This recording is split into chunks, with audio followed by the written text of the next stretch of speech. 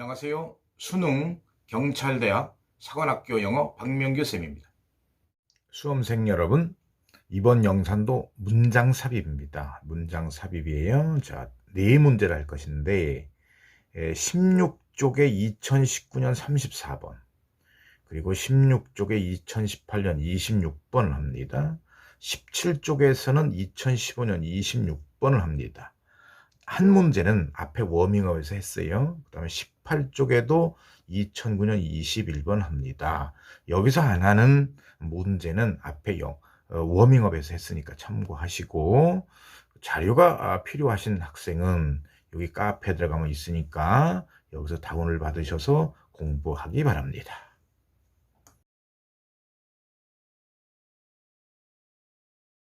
2019년 34번 문제를 보도록 하겠습니다. 자, 박스 안 주어진 문장입니다. 중요한 시그널이 있습니다. 역접의 연결사 후에 보죠. 그러나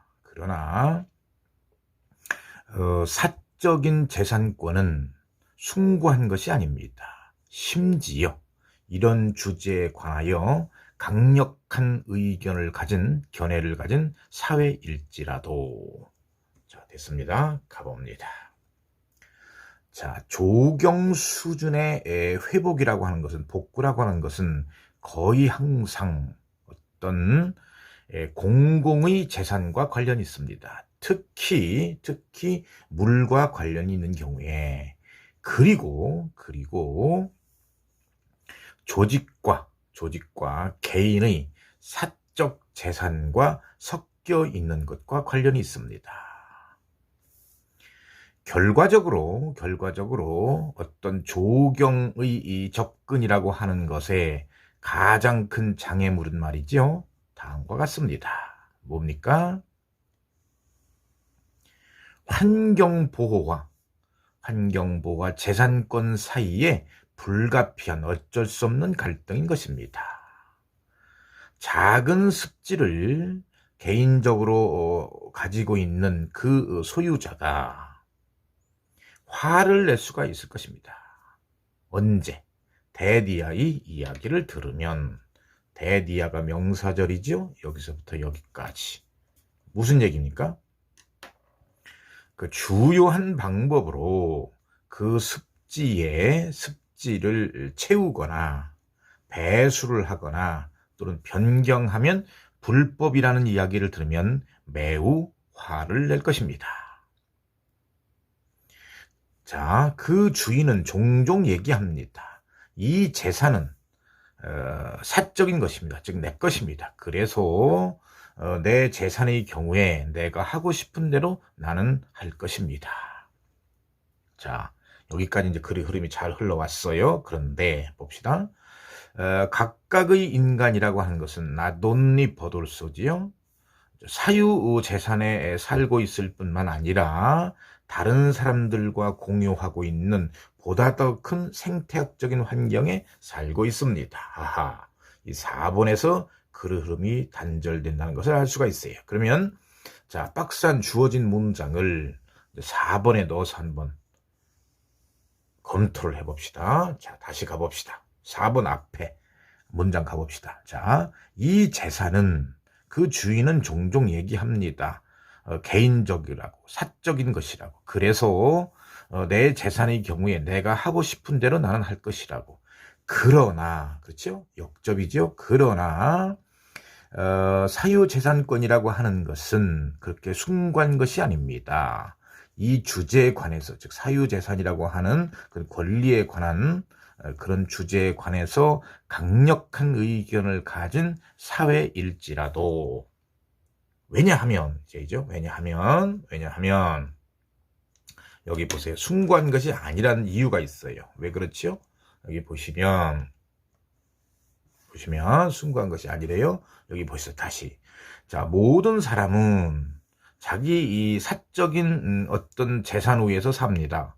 뿐만 아니라 다른 사람들과 공유하고 있는 보다 더 크고 생태학적인 환경 속에서 삽니다. 그러니 따라서 정답은 4번이 맞고요. 자, 그러면 이제 5번 이하로 가봅시다. 그리하여 중요한 문제는 다음과 같은 것입니다. 어느 정도로 개인적, 조직적, 국가적 행동과 태도가 수정돼야 하는가. 인간이라고 하는 종의 다른 사람들의 개선을 위해서, 그리고 또한 역시 다른 종의 개선을 위해서. 2018년 26번을 보도록 합니다. 박스 안 주어진 문장입니다. 역접의 연결사가 있군요. 그렇죠? 역접의 연결사가 있어요.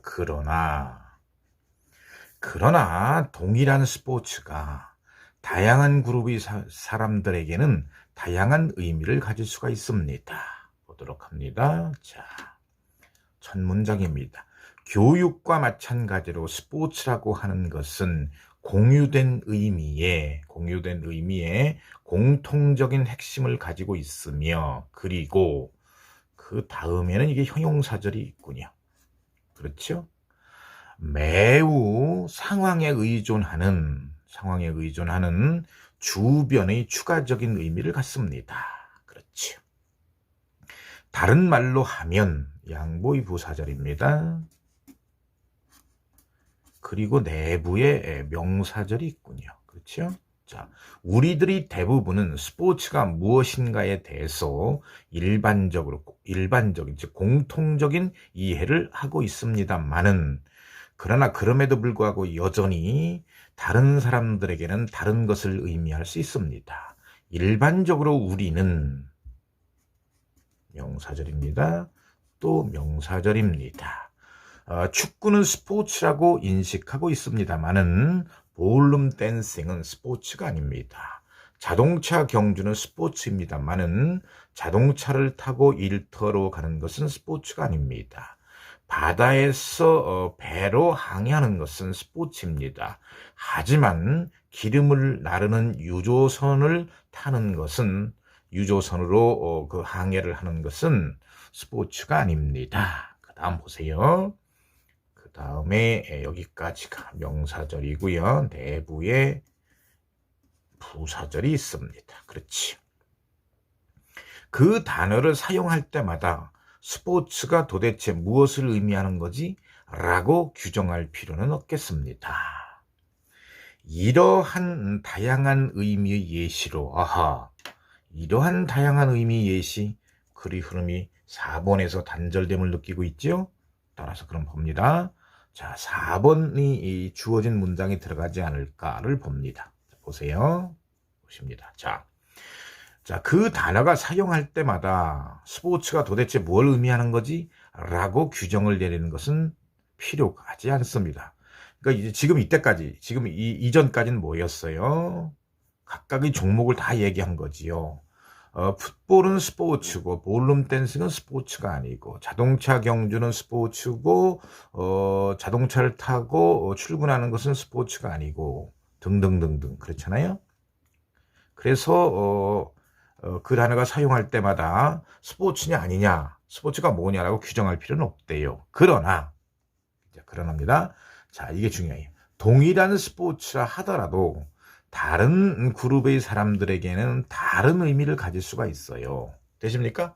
자, 그래요. 그래서 여기 보시면 이러한 다른 의미의 예시로서 예를 받는 거잖아요. 보세요. different meanings, these differing meanings. 예시로서. 그렇죠. 따라서 4번이 확실히 됐지요. 자, 이제 테니스라고 하는 스포츠를 상상해보자, 생각해보자, 그런 얘기입니다. 그러면 이제 앞에서는 다른 종목을 얘기했는데 여기서 이제 같은 종목이라 하더라도 상황에 따라 다르다라는 얘기를 할 것 같지요. 자, 프로 테니스 선수에게는 테니스는 직업이요. 아무리 이 경쟁이 심하다 하더라도 클럽의 선수에게는 테니스는 본질적으로 레크레이션입니다. 윈블던 구장에 있는 관중은 테니스가 일시적인 어떤 오락거리, 기분 전환용입니다. 아니면 모든 것을 소모하는 소모적인, 자, 나와 있네요. 대리의 열정인 것입니다. 2015년 26번 사관학교 문장 삽입 문제입니다. 박산 주어진 문장을 봅니다. 첫 단어에 중요한 시그널이 있군요. 양보를 나타내죠.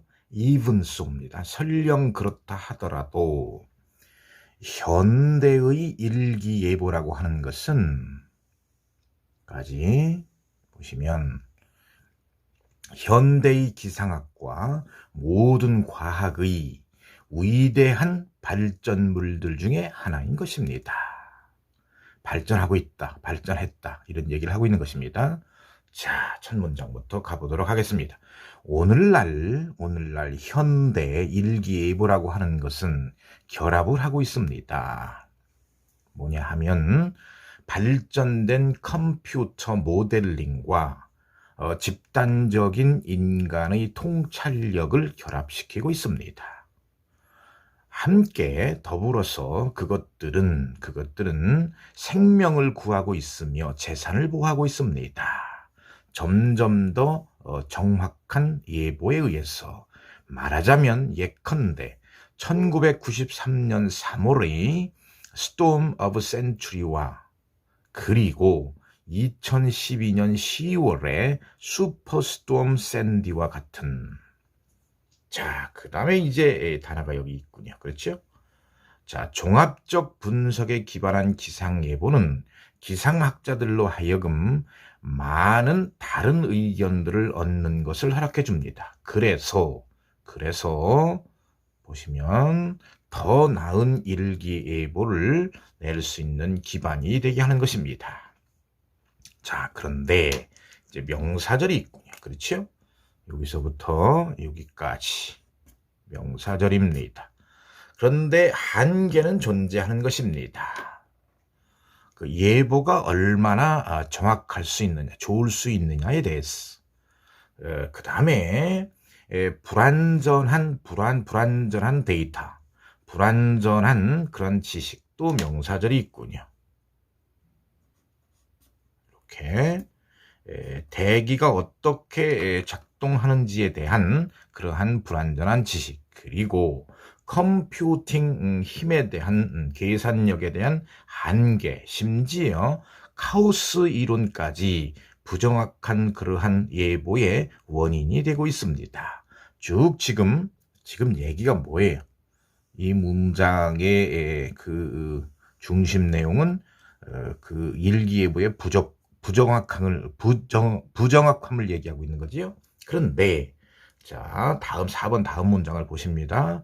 우리의 능력, 뭡니까? 정교하게 기술적으로 일기를 예보하는 우리 능력은 발전해 왔습니다. 아하, 여기 4번에서 글의 흐름이 바뀌고 단절되고 있죠. 그러니까 이 박산 주어진 문장이, 이 문장이 4번에 들어가지 않을까라고 생각을 하고 다시 4번 앞 문장을 봅니다. 문장을 보시면 자, 쭉 뭔 얘기예요? 일기예보의 어떤 한계를 얘기하고 있죠. 3번 앞에도, 그리고 3번 다음에도 쭉 일기예보의 어떤 불완전성을 얘기하고 있어요. 자, 설령 그렇다 하더라도, 그렇죠? 불안하다 하더라도 그 말이죠. 불완전한 지식에 근거해서 일기예보를 정확히 내지 못한다 하더라도, 그렇다 하더라도 현대의 일기예보라고 하는 것은 현대의 기상학과 모든 과학에서 위대한 발전들 중에 하나인 것입니다. 그렇지요. 자, 그러면 이제 뒤에는 발전된 내용이 오겠죠. 자, 봅니다. 우리가 일기를 예보하는데 정교하게 할 수 있음은, 자, 보세요. 미래의 이 10년마다 대략 하루 늘어나는 비율로 발전했습니다. 그러네요. 자, 이 이하는 4번 다음부터는 발전한 면을 설명해 주고 있습니다. 그 다음 5번 다음입니다. 그것은 계속해서 당신이 살아있는 동안에 발전할 것입니다. 자, 종합적 분석에 기반한 기상 예보와 같은 새로운 기술을 통해서 정답 4번이었습니다. 19년 21번 3점 문항입니다. 박산 주어진 문장을 먼저 봅니다. 역접의 연결사가 있군요. 그렇죠? however입니다. 그러나, 그리고 이제 부사절이 있네요. 그죠? 조건을 나타냅니다. 여기서부터 여기까지 조건을 나타냅니다. 보시면, 그러나 만일 당신이 사람 사귀는 것을 좋아하고, 그리고 그런데 당신이 훌륭히 일을 하고 있지 못하다면, 그렇다면 당신이 친구들에게 그 문제를 말하세요. 그리고는, 자, 여기서부터 여기까지 또 얘를 수식하는 형용사절입니다. 그렇죠? 그 사람을 사귀는 분위기를 만들어내는 그러한 것들을 당신의 사무실로부터 제거를 하세요. 자, 무슨 얘기입니까? 사람 사귀는 분위기를 가급적 자제하라, 그런 얘기일 것 같아요. 업무에 그 역효과가 나타나면. 자, 그러면 가봅시다. 역시 이 부사절이 나열되고 있습니다. 만일 당신의 사무실에 많은 의자를 가지고 있거나 아니면 커피 포트를 갖추고 있다면 당신은 당신의 일터에서 사람을 접대하는 어떤 비공식적인 주인 역할을 아마도 하고 있는 것입니다. 사람들은 당신의 그 일터를 당신이 근무하는 사무실을 좋은 시간과 대화를 위한 장소 특유의 모임 장소로 생각을 할 것입니다. 자, 부사절이 있습니다. 물론 사람을 사귀는 것은 중요합니다. 하지만 당신은 사람을 사귀라고 월급을 받고 있는 것은 아닙니다. 자, 또 부사절이 있네요. 여기까지. 만일 당신이 주인 역할을 하고 그리고 여전히 일을 잘 수행하고 있다면 그렇다면 문제가 없습니다. 그렇죠? 자, 4번 다음입니다. 그런데 만일 그들이 정말 당신의 친구라면 야, 4번에서 지금 대화가 단절되고 있다. 글의 흐름이 라는 것을 느낄 수 있죠. 그럼 4번이 아닐까라고 생각을 하고 4번 이제 앞문장을 가봅니다. 보시면 만일 당신이 주인 역할을 잘하고 그럼에도 불구하고 그리고 그러면서도 일을 잘하고 있다면 그렇다면 문제가 없습니다.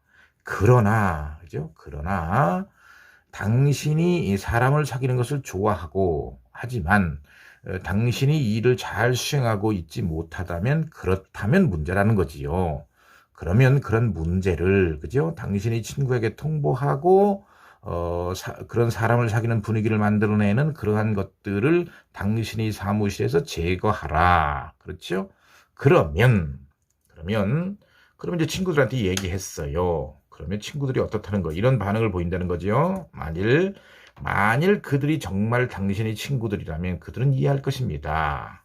그런데 어떤 사람이 누군가가 불평을 하면 그러한 물건들을 그의 사무실로 옮기는 것이 어떨까라고 제안을 해보세요. 정답 4번이었습니다.